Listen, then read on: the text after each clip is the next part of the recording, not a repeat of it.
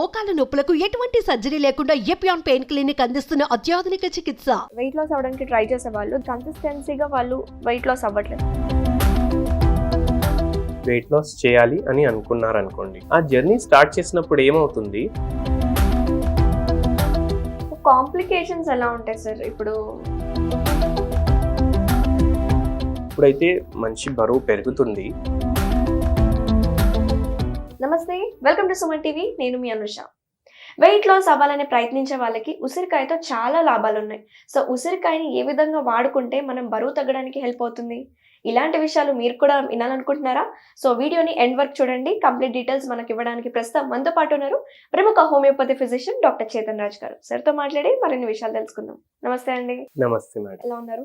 Fine. Sir, weight loss అవ్వాలని try చేస్తున్నారు కదా చాలా మంది.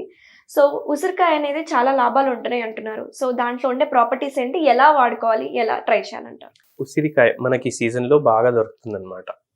సో దీంట్లో హై ఇన్ విటమిన్ సి ఉంటుంది ఇది, అండ్ రిచ్ ఇన్ ఫైబర్స్ ఉంటుంది.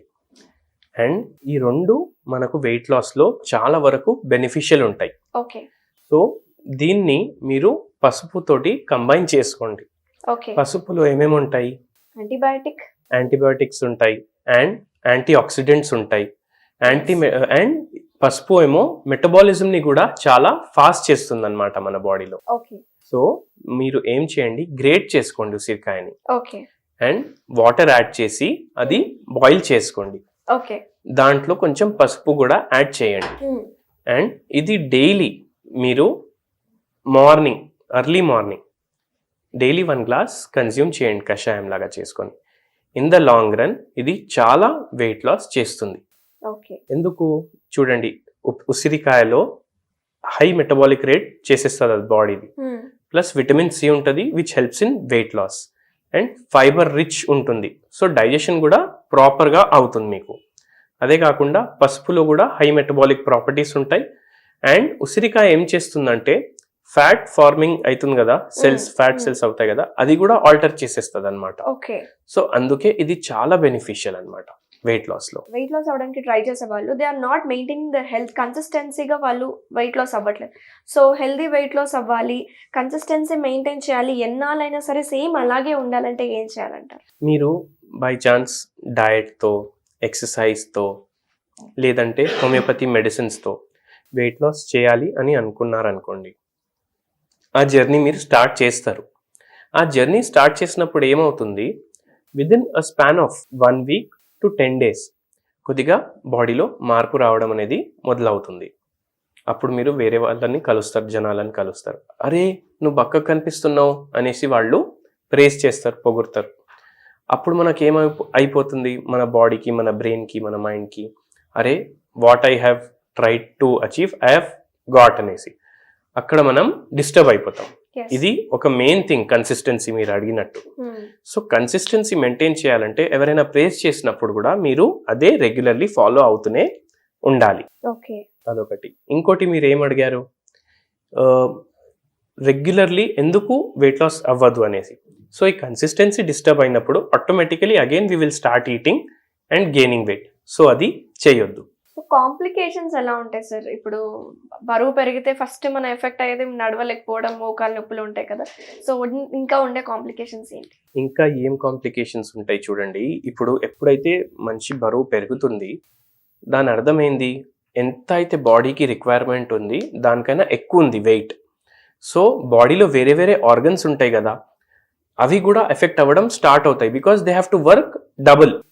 హార్ట్ అయితే ఒకటే ఉంటుంది కదా వెయిట్ పెరిగినా, సో డబుల్ ఫంక్షన్ చేయాలి హార్ట్.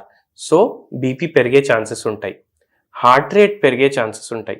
అట్లనే కిడ్నీ కూడా ఫిల్టర్ ఎంత చేస్తుంది, ఎంత అయితే నార్మల్ వెయిట్ ఉంటుంది దానికి కరెక్ట్ ఉంటుంది మనకు 2 కిడ్నీస్ పనిచేసేది. సో ఒకవేళ బరువు చాలా పెరిగిపోయిందంటే కిడ్నీస్ మీద కూడా ఎఫెక్ట్ అవ్వచ్చు, ఫ్రీక్వెంట్ ఇన్ఫెక్షన్స్ అవ్వచ్చు, రీనల్ ఇన్ఫెక్షన్స్ కానీ యూరినరీ ట్రాక్ట్ ఇన్ఫెక్షన్స్, ప్లస్ కిడ్నీలు ఫెయిల్ అవ్వచ్చు. ఒకవేళ చాలా బరువు ఉంది అండ్ మీరు దానికి అసలు పట్టించుకుంటలేరంటే కిడ్నీలు కూడా ఫెయిల్ అవ్వచ్చు. ప్లస్ డబుల్ వెయిట్ పడుతుంది మీ మోకాల మీద, దానివల్ల ఆస్టియోపోరోసిస్ అవ్వచ్చు, ఆస్టియో ఆర్థరైటిస్ అవ్వచ్చు, అండ్ యాంకిల్స్లో పెయిన్ రావచ్చు, మీకు ఎడమకాల్లో పెయిన్ రావచ్చు, పిక్కల్లో నొప్పులు రావచ్చు, వెరికోస్ వెయిన్స్ అవ్వచ్చు వెయిట్ ఎక్కువ ఉండడం వల్ల. కాన్స్టిపేషన్ లాంటి ప్రాబ్లమ్స్ రావచ్చు. దాని తర్వాత బ్రీదింగ్ డిఫికల్టీ అవ్వచ్చు, ఎందుకంటే ఆక్సిజన్ ప్రతి పార్ట్కి పోవాలి బాడీలో, అవును. కానీ లంగ్ కెపాసిటీ అయితే పెరగదు. సో దాంట్లో కూడా డిఫికల్టీ రావచ్చు. మీకు నిద్రలో ఏమో ప్రాబ్లమ్స్ రావచ్చు వెయిట్ ఎక్కువ ఉండడం వల్ల. హెయిర్ ఫాల్ అవ్వచ్చు, మెడ నొప్పి, వీపులో నొప్పి, నడుము నొప్పి, ఇవన్నీ అవ్వచ్చు. ఒకవేళ మంచి వెయిట్ ఎక్కువ ఉందంటే అది బాడీ ప్రతి పార్ట్ మీద ఎఫెక్ట్ చూపిస్తుంది అనమాట. ఓకే. ఇవి కాకుండా డయాబెటీస్ అవ్వచ్చు, థైరాయిడ్ ప్రాబ్లమ్స్ అవ్వచ్చు, పీరియడ్ ప్రాబ్లమ్స్ అవ్వచ్చు విమెన్లో, ఎందుకంటే హార్మోనల్ చేంజెస్ కూడా అయిపోతాయి. ప్లస్ ఇది ఇన్ఫర్టిలిటీకి కూడా లీడ్ చేయొచ్చు అనమాట. ఓకే. అందుకే వెయిట్ ని మనం కంట్రోల్లో పెట్టుకోవాలి. చాలా కాంప్లికేషన్స్ ఉన్నాయి సార్. అయితే వెయిట్ అనేది ఇంత మేజర్ రోల్ ప్లే చేస్తుంది ఇన్ని కాంప్లికేషన్స్ రావడానికి. సో డైలీ లైఫ్ స్టైల్ని వాళ్ళు ఎలాంటి ఫుడ్ మీద ఎక్కువ ఫోకస్ చేయాలంటారు, ఎలాంటి ఫుడ్స్ని అవాయిడ్ చేయాలంటారు? ఆల్రెడీ ఒక హోమ్ రెమెడీ కూడా డిస్కస్ చేసినాం, అది మీరు పాటించండి రెగ్యులర్లీ. వెయిట్ లాస్లో చాలా వరకు మీకు హెల్ప్ చేస్తుంది అది. దాంతోపాటు ఫైబర్ రిచ్ కంటెంట్ ఫుడ్స్ తీసుకోండి. ఫ్రూట్స్లో చాలా ఫైబర్ ఉంటుంది, వెజిటేబుల్స్లో కూడా చాలా ఫైబర్ ఉంటుంది. సో ఎప్పుడైతే మీరు మీల్ తింటున్నారో రైస్ క్వాంటిటీ తక్కువ చేసి మీ వెజిటేబుల్స్ క్వాంటిటీ మీరు పెంచుకోండి. అండ్ వెజిటేబుల్ ఎక్కువ పోవడం వల్ల ఏమవుతుందంటే ఫైబర్ ఎక్కువ పోతుంది మన బాడీలో, దానివల్ల ఫుల్నెస్ ఏమో ఎక్కువసేపు ఉంటుంది మీకు. ఓకే. అది చేయండి. అండ్ మీరు రైస్ తక్కువ చేయడం వల్ల ఏమవుతుందంటే మీరు తక్కువ క్యాలరీస్ ఇంటేక్ చేస్తారు. రైస్లో ఏముంటుంది, కార్బోహైడ్రేట్ ఉంటుంది. 70% రైస్లో 1 kg రైస్ మీరు తీసుకుంటే బై వెయిట్, దాంట్లో 70% కార్బోహైడ్రేటే ఉంటుంది.